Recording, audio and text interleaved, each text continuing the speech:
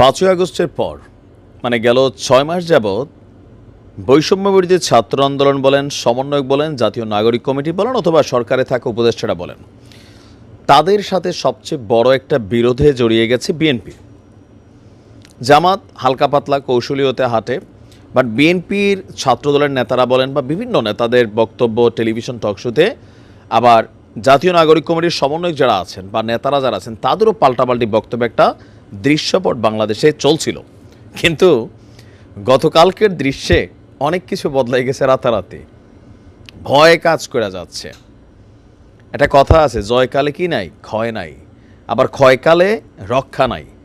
আওয়ামী লীগের একটা 16 বছর জয়কাল ছিল, যেমনি যেমনি হোক প্রকৃতি সহযোগিতা করছে, পাওয়ার খাটাইছে, সব কিছু একটা কন্ট্রোলে ছিল। কিন্তু হঠাৎ করেই কন্ট্রোল শেষ, তার মানে টোটালি দৃশ্যপট বদলাই গেছে। তো গেল 5ই আগস্টের পর বিভিন্ন ইস্যুতে ছাত্রদের সাথে যেই দ্বিমত একটা অবস্থান ছিল, সেখানে অনেক ইস্যুতেই ছাত্ররা সফল হতে পারে নাই।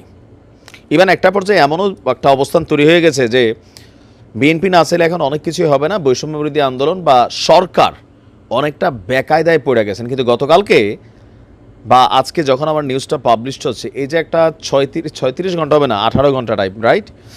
এই 18 ঘন্টায় যা ঘটছে তা কিছু দেখে জামাত আমিরের যেমন অবস্থান পরিবর্তন হয়ে গেছে, বিএনপির একদম সর্বোচ্চ লেভেল থেকে মিডল পর্যন্ত অবস্থান পরিবর্তন হয়েছে। এমনকি চুপচাপ একটা সাইলেন্স পরিস্থিতি, যে আসলে কী ঘটে বিষয়টা নিয়ে। আওয়ামী লীগকে নিষিদ্ধকরণ ইস্যু প্লাস শেখ হাসিনার বিচার মুখে মুখে এতদিন একটু একটু দাবি করলেও হঠাৎ করে গতকালকে থেকে বিষয়টা ডিফারেন্ট একটা অবস্থানে চলে গেছে। বিএনপির খুবই প্রভাবশালী নেতা সালাউদ্দিন চৌধুরী, তিনি আপনার গতকালকে দিয়েছেন যে আওয়ামী লীগ নামে যখন এই ভাঙচুর চলছে, স্ট্যাটাস চলছে, পাবলিক জড়ো হচ্ছে, যে আওয়ামী লীগ নামে বাংলাদেশে কোনো রাজনৈতিক দল রাজনীতি করতে পারবে না। এটা কিন্তু বৈষম্য বিরোধী আন্দোলনের যারা প্ল্যাটফর্মে পোলাপেন আছেন তাদেরই দাবি ছিল, বাট এতদিন এটাতে সহমত প্রকাশ হয় নাই। অবশেষে তারেক রহমানও বলছেন, তারেক রহমান কি বলছেন, যে শেখ হাসিনাকে দ্রুত বিচারের আওতায় আনতে হবে, ভারত থেকে ফিরে এনে তার বিচার নিশ্চিত করতে হবে। অপরদিকে জামাতের আমির ডাক্তার শফিকুর রহমান সাহেব প্রথমে যখন ধানমন্ডি 32-এ ভাঙচুর চলছে, তিনি প্রথমে দিয়েছিলেন যে প্রিয় দেশবাসী, যে আপনার কারো কথায় বা কারো উস্কানিতে পা দিয়ে দেশে বিশৃঙ্খল পরিস্থিতি তৈরি করবেন না, এরকম আরও লম্বা চড় একটা স্ট্যাটাস ছিল। এর কিছুক্ষণ পরেই যখন পরিস্থিতি দেখলো যে ধানমন্ডি 32 শেষ, আরও বিভিন্ন জায়গায় ঘটনা চলছে, সেনাবাহিনীকে সেখান থেকে সরিয়ে দেওয়া হয়েছে, তো তিনি আবার 2-3 ঘন্টা পর আরেকটা স্ট্যাটাস দিলেন, যে স্ট্যাটাসটা এরকম ছিল যে শেখ হাসিনাই মানে এই ঘটনার পরিণতির জন্য দায়ী।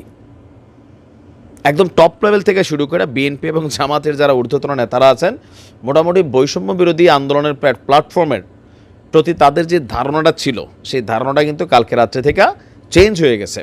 যার কারণে শেখ হাসিনা এবং আওয়ামী লীগ ইস্যুতে বিএনপির খুব 2জন টপ লেভেলের নেতার বক্তব্যে একটা জনমনে চিন্তা আসছে যে পরিস্থিতি যে অবস্থা তৈরি করছে, বিএনপি হয়তো বুঝতে পারতেছে যে বৈষম্য বিরোধীদের সাথে পাঙ্গা নিয়া এই মুহূর্তে আবার হয়তো একটু কষ্টকর হয়ে যাবে। কারণ 5ই আগস্ট যা ঘটে নাই গতকালকে, মোটামুটি সারা দেশে তাই ঘটছে, শুধু হত্যা বাকি ছিল, আর বাকি যা কিছু আছে ঘটছে।